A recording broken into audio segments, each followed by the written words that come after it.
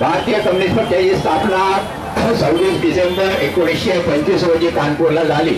आज 26 डिसेंबर 2013ला कम्युनिस्ट पक्षाला 88 वर्ष पूर्ण होत आहेत। या पक्षाला 88 वर्षाचा इतिहास आहे, देदीप्यमान इतिहास आहे, गौरवशाली इतिहास आहे, कामगार वर्गाचा इतिहास आहे, चळवळीचा इतिहास आहे।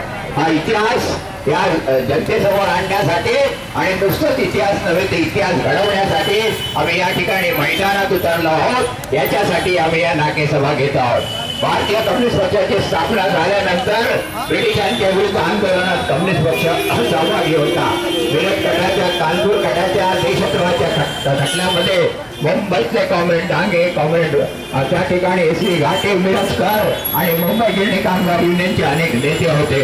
ब्रिटिशांच्या विरुद्ध संग्राम या संबंध लाल बावट्याच्या नेतृत्वाखाली त्या ठिकाणी फेब्रुवारीला 1946च्या नाविकाच्या बंडामध्ये झाला आणि त्याचा मोठा लढा मुंबई शहरामध्ये झाला आणि 300 लोक या ठिकाणी ठार झाली आणि म्हणूनच या ठिकाणी या देशाला स्वातंत्र्य मिळालं। संयुक्त महाराष्ट्राच्या लढ्यामध्ये कम्युनिस्ट पक्षाचं योगदान फार मोठं आहे। या ठिकाणी मुंबई, बेळगाव, निपाणी, कारवार, भालकी, बिदर, डांग, उंबरगाव सह मुंबईचा संयुक्त महाराष्ट्र झाला पाहिजे म्हणून घनघोर संग्राम झाला। त्याच्यात कम्युनिस्ट पक्ष लाल झेंडा आणि गिरणी कामगार प्रामुख्याने होता। असा अनेक इतिहास आपल्याला सांगतायत। या ठिकाणी महागाईच्या विरुद्ध चळवळ असो किंवा इतर शेतकऱ्यांच्या चळवळी असो, कम्युनिस्ट पक्ष पुढे होता।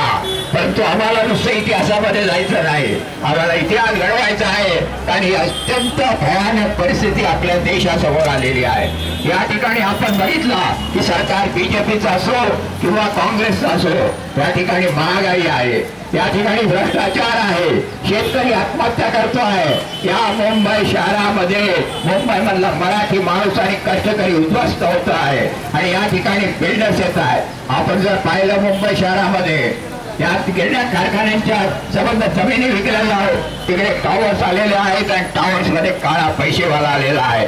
या ठिकाणी मॉल्स येत आहेत, या ठिकाणी पंचतारांकी हॉटेल्स येत आहेत आणि या ठिकाणी संबंध मुंबईचा गिरणबाग उद्ध्वस्त होतो। याला कारणीभूत कोण आहे याचा आम्हाला प्रश्न विचारायचा आहे, काँग्रेसवाल्याला विचारायचा आहे आणि बीजेपी शिवसेनेवाल्याला विचारायचा आहे। आमचं असं म्हणणं आहे की याला जबाबदार यांचा दोन्ही पक्ष असो, बीजेपी असो, काँग्रेस असो, मोदी असो, राहुल गांधी असो, यांचं भांडवलदार दागिनं धोरण हे याला जबाबदार आहे।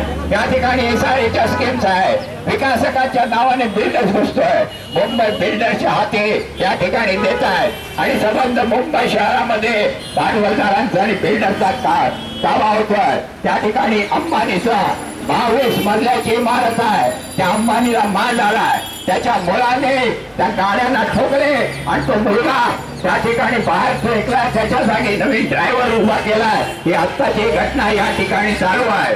म्हणजे पैशाच्या जोरावर कायदा विकत घेता येतो अशा भांडवलदारांना मार झालेली आहे। या ठिकाणी भ्रष्टाचार आहे, काँग्रेसचा त्या स्कीमचा भ्रष्टाचार असो किंवा त्या ठिकाणी कॉमनवेल्थ गेमचा भ्रष्टाचार असो किंवा आणखीन कोळशाचा भ्रष्टाचार असो, बीजेपी आणि काँग्रेस याच्यामध्ये सामील आहेत। आज येणाऱ्या निवडणुकामध्ये त्या ठिकाणी लुटफुटीची लढाई चालली आहे। काँग्रेस आणि बीजेपीची आर्थिक धोरण एकच आहे, आपल्याला पर्याय उभा केला पाहिजे आणि म्हणूनच पर्याय उभा करण्यासाठी लोकांची शक्ती उभी केली पाहिजे। या ठिकाणी एकच शक्ती अशी उभी राहू शकते ज्याला 88 वर्षाची परंपरा आहे। या मुंबई शहरामध्ये कामगारांचे प्रामाणिक राहून हा लाल बावटा झगडला। जोपर्यंत लाल बावट्याची शक्ती होती, जोपर्यंत कम्युनिस्ट पक्ष या ठिकाणी जोरात होता किंवा त्याच्या मागे ताकद होती, तोपर्यंत या ठिकाणचा कामगार ताठ मानेने उभा होता। तोपर्यंत या ठिकाणच्या संबंध ज्या काही चाळी असो किंवा भाडेकरू असो त्यांना संरक्षण होतं। परंतु ते ताकद कमी झाल्यानंतर हे बाजार बुडगे आणि भ्रष्ट लोक आणि भांडवलदारी पक्षांना दूर आलाय।